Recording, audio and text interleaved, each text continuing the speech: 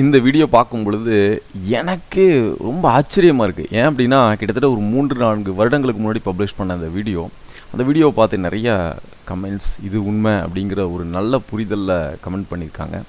இன்னொன்று வந்து பார்த்திங்கன்னா, என்னுடைய பழைய வீடியோக்கள் நான் பார்க்கும் பொழுது எந்த அளவுக்கு நான் ஒரு கண்டென்ட் ஒரு புரிதலோடு நான் அதை கொடுத்துருக்கேன், இப்போ எந்த அளவுக்கு நம்ம கொடுத்துட்ருக்கோம் அப்படிங்கிறது என்ன வந்து ஒரு ரீகால் பண்ணி பார்த்துக்கிறதுக்கு இது ஒரு அற்புதமான வாய்ப்பாக இருக்கும். இன்னொன்று, இந்த வீடியோ வந்து one of the best video அப்படின்னு நான் சொல்லுவேன். ஏன்னா என்னுடைய படைப்பை பார்த்து நான் திரும்பவும் ஒரு இம்ப்ரெஸ் ஆன ஒரு விஷயம் இந்த வீடியோ தான். இப்போ நம்ம நார்மலாக என்ன செய்கிறோம் அப்படின்னா, இன்னொருத்தர் செஞ்ச வேலை, இன்னொருத்தர் பண்ண விஷயத்துக்காக அவங்கள பார்த்து நம்ம இம்ப்ரெஸ் ஆகிறோம். நம்ம நிறைய இந்த மாதிரி பண்ணியிருப்போம். உங்களோட வாழ்க்கையில் நீங்கள் எடுத்து பார்த்தீங்கன்னா நிறைய விஷயங்கள் உங்களை இம்ப்ரெஸ் பண்ணுற மாதிரி நீங்கள் பண்ணியிருப்பீங்க. அதெல்லாம் திரும்பவும் எடுத்து பார்த்து எந்த அளவுக்கு நான் பண்ணியிருக்கேன் அப்படின்னு அந்த ஆச்சரியத்தில் இருக்கும் பொழுது நம்மளை நினச்சி நம்மளுக்கு ஒரு பெருமையாக இருக்கும் இல்லையா, அந்த மாதிரி ஒரு உணர்வு. அந்த மாதிரி என்னை இம்ப்ரெஸ் பண்ண இந்த வீடியோ. இன்றைக்கி நம்ம பழைய சேனலில் இருந்து ஒரு பாப்புலரான ஒரு வீடியோவை பற்றி நம்ம பார்க்குறோம். சரி, அதில் வந்து மூச் நம்ம கடந்த வாரம் பார்த்துட்டோம். இந்த வாரம் வந்து ஈர்ப்பு விதி விரைவாக செயல்பட வேண்டுமா அப்படிங்கிற ஒரு தலைப்பில் பப்ளிஷ் பண்ணது. 10x ஃபாஸ்டர், அதாவது 10 மடங்கு வேகமாக ஈர்ப்பு விதி செயல்படுவதற்கு என்ன பண்ணுறது அப்படிங்கிறத நான் எக்ஸ்பிளைன் பண்ணியிருக்கேன். ஸோ அந்த வீடியோவில் என்ன இருக்குது அப்படிங்கிறத பார்க்குறதுக்கு முன்னாடி அனைவருக்கும் வணக்கம். நம்ம கமெண்ட் என்ன அப்படிங்கிறத நம்ம பார்த்துருவோம். கிட்டத்தட்ட இது 4 வருஷத்துக்கு முன்னாடி பப்ளிஷ் பண்ண இந்த வீடியோ. ஓகே, கிட்டத்தட்ட 300+ கமெண்ட்ஸ் வந்திருக்கு. இதில் வந்து கிளியர் கைடன்ஸ், நியூ பெர்செப்ஷன் அது சொல்லியிருக்கிறதா கமெண்ட் பண்ணியிருக்கீங்க. இது வந்து அவருடைய ஒரு வாழ்க்கையிலேயே அனுபவப்பட்டு ஒரு புரிதலில் ஒரு கமெண்ட் பண்ணியிருக்கிறாரு. இது வந்து உண்மை, முற்றிலுமான உண்மை அப்படிங்கிற விஷயத்த சொல்லியிருக்காரு. ஓகே, அது என்ன அப்படிங்கிறத நம்ம பார்ப்போம். சரி, இதில் சர்ப்ரைஸ் வீடியோவில் நிறையா சர்ப்ரைஸ் வந்திருக்கு. அதை பற்றின கமெண்ட் நிறைய பண்ணியிருக்காங்க. ரொம்ப நாள் தடைபெற்றிருந்த ஒரு நல்ல செய்தி 40 மணி நேரத்தில் வந்திருக்கீங்க, வாழ்த்துக்கள். சரி, இது மாதிரி விளக்கம் யாரும் கொடுக்கவில்லை அப்படிங்கிறத விஷயத்த சொல்லியிருக்காங்க. ஓகே, ஒரு புதிய பார்வை இந்த வீடியோவில் இருக்குது அப்படிங்கிறத பார்க்கலாம். ஈர்ப்பு விதியை பற்றி டெய்லி, அதாவது ஒரு அற்புதமான பிரபஞ்ச விதியை பற்றின ஒரு அற்புதமான விளக்கம் அப்படின்னு சொல்லியிருக்கீங்க. சரி, இந்த மாதிரி நிறைய கமெண்ட்ஸ் வந்திருக்கு. சரி, அந்த வீடியோவில் என்ன தான் இருக்குது அப்படிங்கிறத நம்ம பார்த்துருவோம். ஏன் ஈர்ப்பு விதியை பற்றி பேசியிருக்கோம். சரி, இந்த வீடியோவில் என்ன இருக்குது அப்படிங்கிறத ரொம்ப குயிக்காக, ரொம்ப சுருக்கமாக நம்ம பார்த்துருவோம்.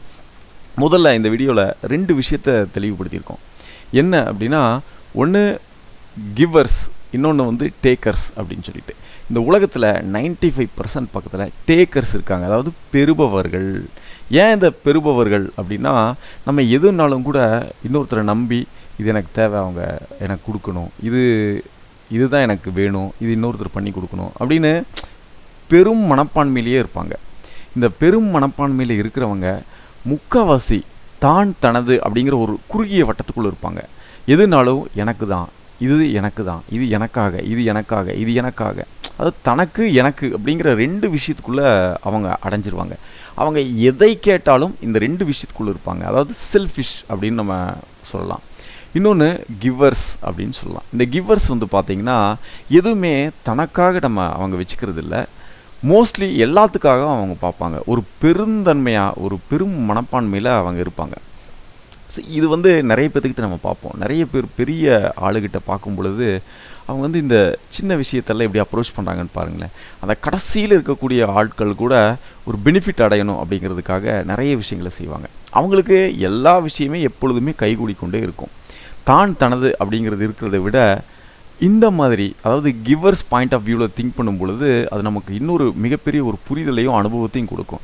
இந்த பிரபஞ்சம் எப்படி இருக்குது அப்படின்னா, எப்பவுமே இந்த கிவர்ஸ் அப்படிங்கிற இந்த கொடுக்கும் மனப்பான்மையில் தான் இருக்குது. எதுவுமே தனக்கு அப்படின்னு வச்சுக்கிறது இல்லை. நம்ம சயின்ஸ் ஆஃப் கெட்டிங் ரிச்சில் பார்த்துருப்போம். அந்த விஷயத்தை நம்ம கடைசியாக நான் உங்களுக்கு ஆட் பண்ணுறேன். அப்போது இந்த பிரபஞ்சம் வந்து எப்பொழுதுமே ஒரு தந்து கொண்டு இருக்கும் மனப்பான்மையில் தான் இருக்குது. அதனால தான் நம்ம இந்த எப்பொழுதுமே கொடுக்கும் மனப்பான்மையில் இருக்கும் பொழுது நம்ம இந்த பிரபஞ்சத்தை ஒத்திசைவோடு நம்ம ரொம்ப நெருக்கமாக இருப்போம். இது முதல் விஷயம்.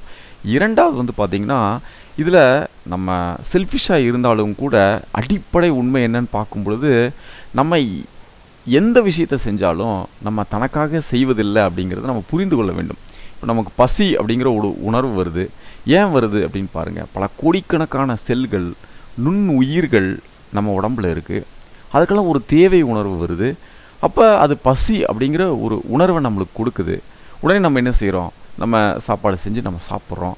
அந்த நம்ம சாப்பிடக்கூடிய விஷயங்களும் கூட நமக்கு அப்படிங்கிறது இல்லாமல், எனக்கு அப்படிங்கிறது இல்லாமல், கோடிக்கணக்கான செல்கள் நம்மக்கிட்ட ஆரோக்கியமாக வாழ்ந்தாதான் நம்ம நல்லா வாழ முடியும் அப்படிங்கிறது நிதர்சனமான உண்மை. அப்போ சாப்பிடுவதும் கூட நமக்காக சாப்பிட்றதில்ல, எங்கிட்ட இருக்கக்கூடிய இத்தனை விஷயங்களுக்காக தான் நம்ம சாப்பிட்றோம். அப்போ சாப்பிடும் பொழுது தான் நம்ம நிறைய வேலை செய்வோம். நிறைய வேலை செய்யும் பொழுது தான் பல பேருக்கு நம்ம பலனளிப்போம் அப்படிங்கிறத இதில் அடிப்படையில் சொல்லப்படாத ஒரு கருத்து. சரி, இரண்டாவது விஷயம் என்னன்னு அப்படின்னு பார்த்தீங்கன்னா, நம்ம விடக்கூடிய மூச்சு கூட நமக்கானது இல்லை. இப்போ நம்ம இந்த மரத்தை பார்க்குறோம், ஆக்சிஜன் நமக்கு கொடுக்குது. இது நம்ம இன்ஹேல் பண்ணிக்கிறோம், எடுத்துக்கிறோம்.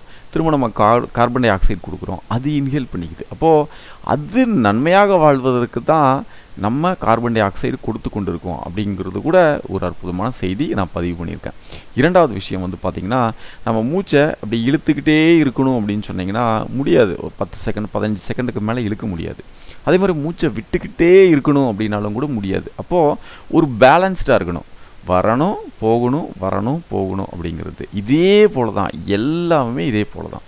அப்போ ஈர்ப்பு விதியை எப்படி பயன்படுத்துறது அப்படின்னா, இப்போ எப்படி பயனாகி கொண்டு இருக்கிறது அப்படின்னு பாருங்கள். தான் தனது அப்படிங்கிறவங்களுக்கு ஒரு 100 விஷயம் முயற்சி செஞ்சாங்கன்னா 95லேருந்து 98% அவர்களுக்கு அது கிடைப்பதில்லை.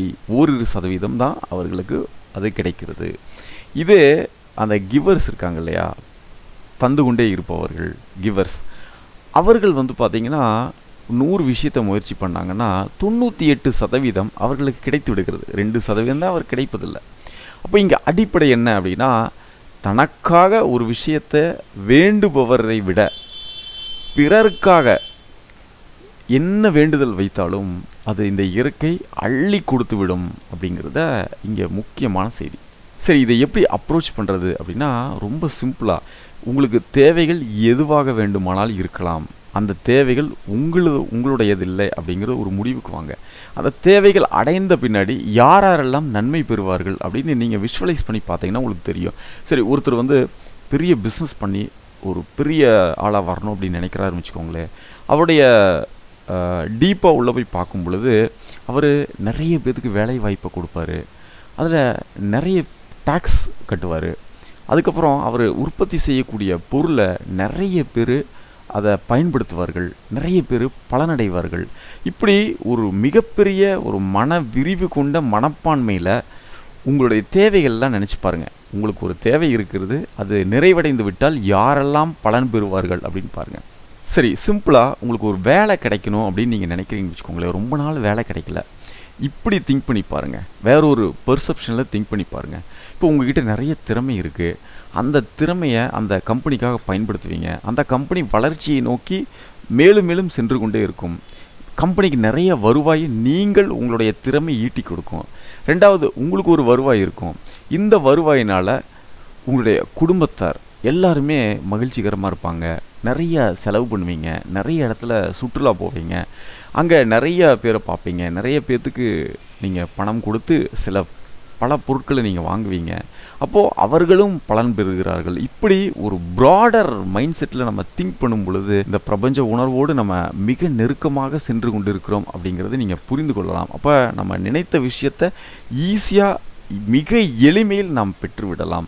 அப்போ இந்த ஒரு மனப்பான்மையில் சிந்திப்பது, இந்த ஒரு மனப்பான்மையில் மனக்காட்சியை உருவாக்குவது, இந்த ஒரு நிகழ்விற்காக நன்றி உணர்வோடு இருப்பது, இந்த மாதிரி நிறைய விஷயங்கள், குட்டி குட்டியான நிறைய விஷயங்கள் நம்ம ஃபாலோ பண்ணும் பொழுது, வேறொரு டைமென்ஷன் நம்ம திங்க் பண்ணும் பொழுது நிச்சயமாக நாம் எண்ணக்கூடிய எண்ணங்கள் இந்த பிரபஞ்சத்தில் பதியப்பட்டு மிக விரைவில் நமக்கு தேவையான அனைத்தையும் இந்த இயற்கை நமக்கு உருவாக்கி கொடுக்கும். ஏனென்றால் இந்த இயற்கையே நம்மிடம் இருந்து தனது வாழ்நாளை நீட்டித்து கொள்கிறது அப்படிங்கிறத சயின்ஸ் ஆஃப் கெட்டிங் ரிச்சில் பார்த்துருக்கோம்.